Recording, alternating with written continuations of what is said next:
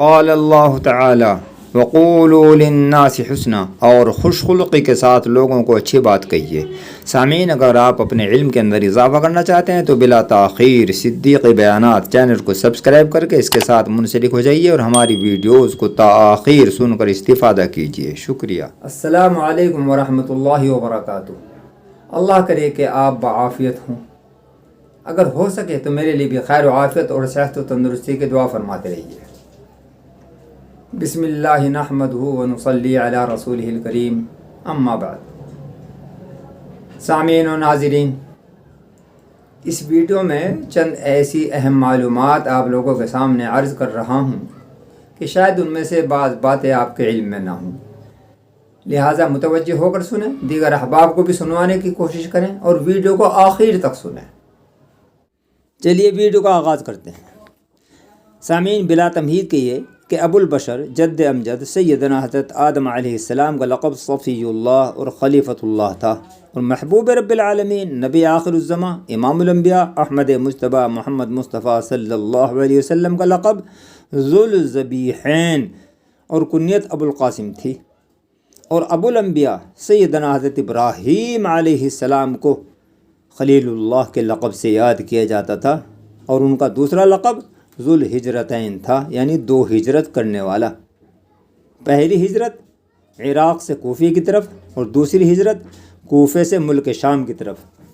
اور نبی علیہ الصلاۃ والسلام کے جد امجد سیدنا حضرت اسماعیل علیہ السلام کو ذبیح اللہ کے لقب سے یاد کیا جاتا تھا، اور حضرت موسیٰ علیہ السلام کا لقب کلیم اللہ تھا، اور سیدنا حضرت عیسیٰ علیہ السلام کا لقب مسیح اللہ اور روح اللہ تھا، اور ملک الملوک العادلہ یہ حضرت ذوالقرنین کا لقب ہے، جنہوں نے پوری دنیا کے اوپر حکومت کی۔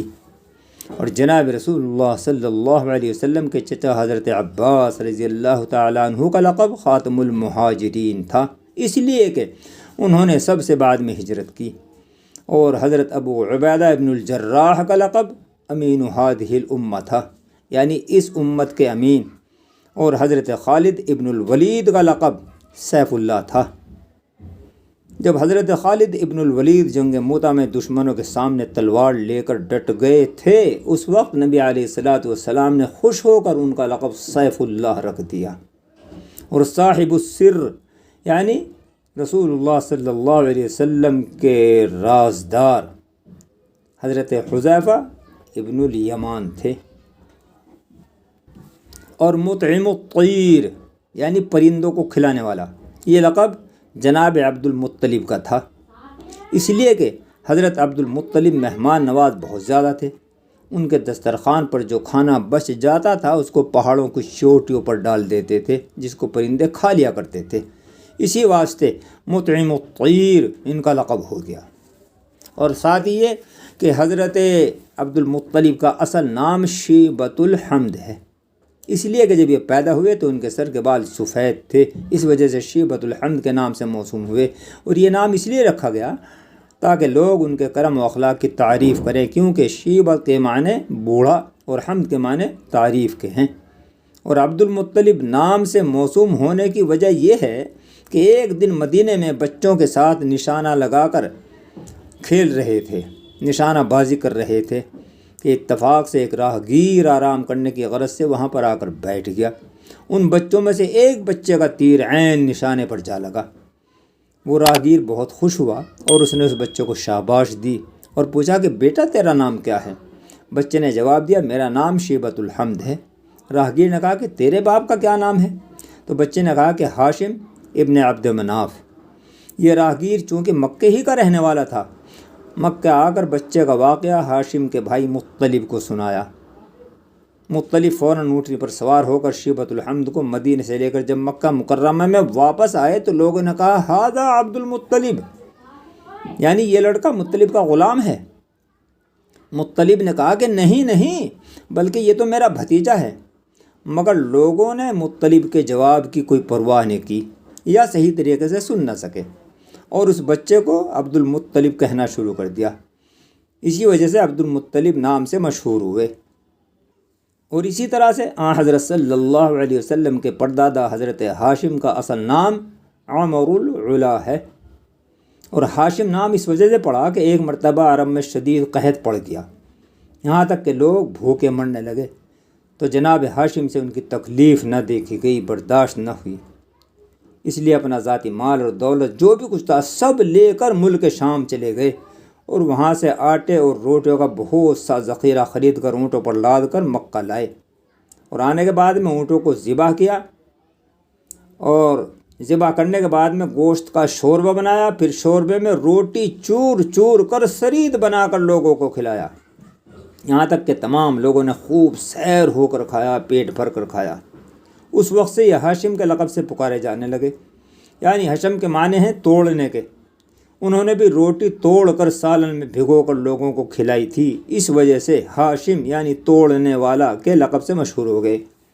اور سامعین کرام، ساتھ یہ کہ محسن انسانیت جناب رسول اللہ صلی اللہ علیہ وسلم کو سرید بہت ہی زیادہ پسند تھا۔ خیر، اسی طرح امام اعظم رحمۃ اللہ علیہ کا اصل نام نعمان ابن ثابت ہے، اور ابو حنیفہ کنیت ہے، اور امام اعظم لقب ہے، اور امام شافعی کا اصل نام محمد ابن ادریس ہے، اور امام ابو یوسف کا اصل نام محمد یعقوب ہے، ابو یوسف کنیت ہے، اور فرقہ معتزلہ کا بانی واصل ابن عطا تھا۔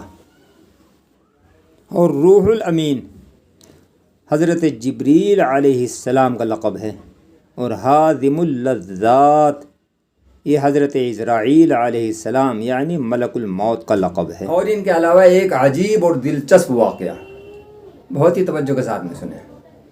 اول یہ کہ انسان سے بعض مرتبہ بلا ارادے کے ہی، بلا قصد کے ہی کوئی کام ایسا ہو جاتا ہے کہ جو ناجائز ہوتا ہے لیکن وہ کر بیٹھتا ہے، اور یاد رکھیے کہ بغیر ارادے کے اگر کوئی کام ایسا ہو جائے تو اس کے اوپر باز پرس بھی نہیں ہے۔ خیر، محدث کبیر حضرت حشام کلبی رحمۃ اللہ علیہ خود فرماتے ہیں کہ 2 کام مجھ سے زندگی میں ایسے ہوئے کہ شاید کسی سے نہ ہوئے ہوں۔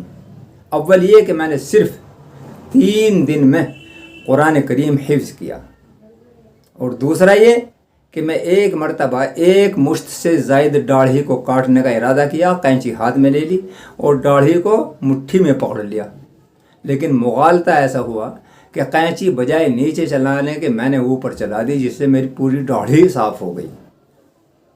خیر، آخر زمانے میں حضرت امام مہدی کا لقب صاحب الزماں ہوگا۔ سامعین، یہ صرف معلومات ہیں، ایمان کے اجزاء میں سے نہیں ہیں۔ البتہ اگر یہ معلومات، یہ ویڈیو آپ کو پسند آئی تو عذر و انصاف اس ویڈیو کو لائک کر دیجیے گا، اور اپنے متعلقین کے ساتھ میں شیئر بھی کر دیجیے گا۔